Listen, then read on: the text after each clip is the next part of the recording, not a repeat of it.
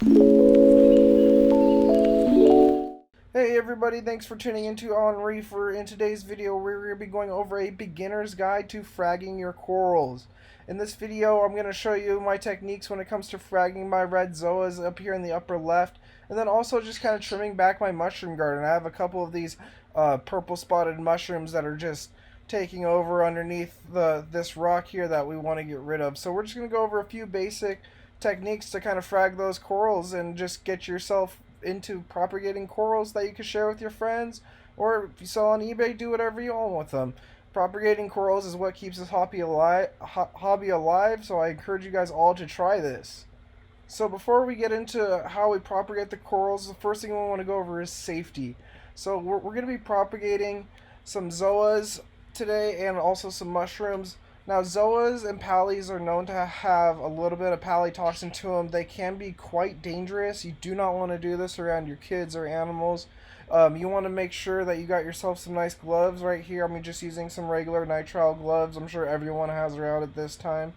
And then also you want to make sure that you have some eyewear. I wear glasses, which is great. Even better if you could find something with some hoods so nothing could actually slip in behind the lens there. Either way, you just really want to make sure to keep your fingers away from your face this whole process. Like I said, these corals can be extremely dangerous for kids, pets, adults, anybody, so just be really careful.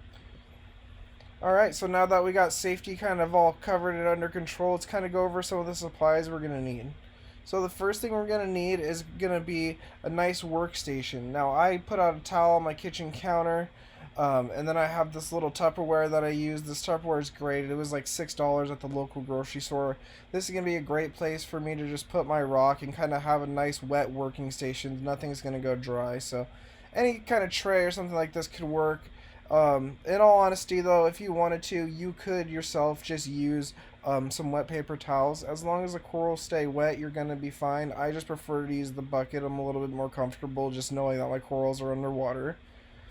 So the next thing we're going to need is going to be some frag plugs. Now I use these frag plugs here from Ocean Wonders. I got them off Amazon. I think they were about $20 for the 25 pack. They're all ceramic, really nice plugs.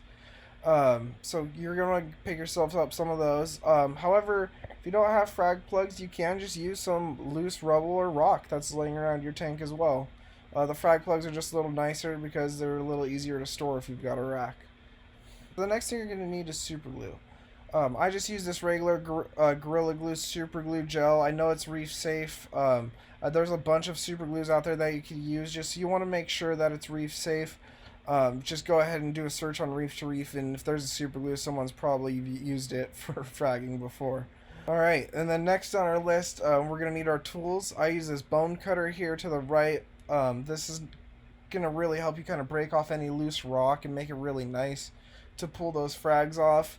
The razor blade is going to be the most essential tool on this list. You could actually scrape zoas right off the rock with the razor blade, which you'll see me do later on the video. And then I just have a good old-fashioned Leatherman. It has a nice little pick on it that I just kind of use to loosen up some rock in some areas. Comes in really handy having that around.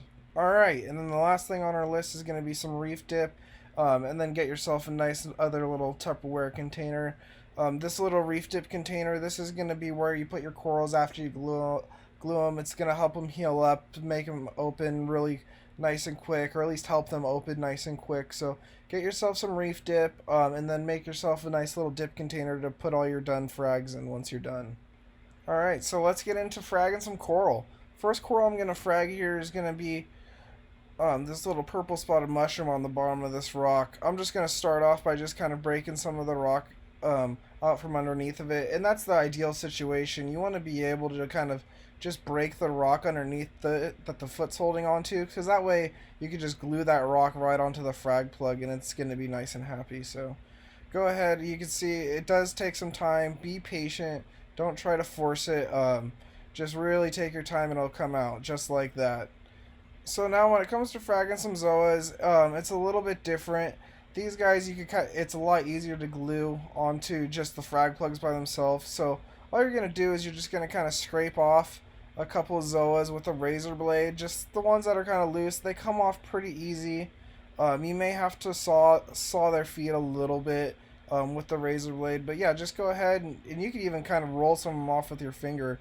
They come off relatively easy. So yeah, just scrape along for a while, get all the zoas that you're gonna want off, put them aside, and then ignore all this algae in here. This rock is in a really tight space, so I actually do clean this rock when I frag the zoas as well. So I pull off all this algae, just where the cleanup crew can't get around any of this because it's so tight in the tank. So, but yeah, we're gonna keep going here. We're gonna keep getting some of those frags off there. Just keep making a nice little pile. You know, keep in mind too what you want to frag, and then also, um, you know, how many plugs you have to frag and how much space you have for the plugs is going to be a big thing. You want to make sure that you have enough space for all these plugs once you're done. All right, so now that we've sliced all our zoas off of there, we have a nice little pile of coral. We can start putting stuff on plugs. And this is going to be really simple. All we're going to be doing is just gluing these corals to the plugs and putting them into our dip. So first thing we're going to do is the mushroom. We're just going to put a little bit of super glue on the back of this rock here. And this is where the foot's attached. And then we're going to put on the plug. And then we're going to just hold it for about 30 seconds or so, just until that rock is sticking onto that frag plug. So here we go. We're going to let it hold. And, you know, sometimes this is where it can be tricky with the gloves because the gloves will kind of stick to the glue. So you do want to be kind of careful. So, yeah, now that we got that thing all glued in, all we're going to do is toss it in our little dip tank. And then we're going to move on to fragging putting some zoas on some frags. So, yeah, we'll just go ahead and we'll toss it right on in here. And we'll move on to those zoas. Alright, so now when it comes to the zoas are even easier. All you're going to do is put a little dab of super glue onto a frag plug. Just a tiny little dab. It doesn't need to be much. Take one of your zoa heads that you scraped off from earlier and just plop it right on top of the glue. No need to even press it down. You can kind of rotate it a little bit, but just lightly press it, put it on that glue. You know, take how many heads you want and put them on there. Then once they're on there, you're pretty much all set. So you can toss that in your dip tank, and then you can just move on to the rest of the corals.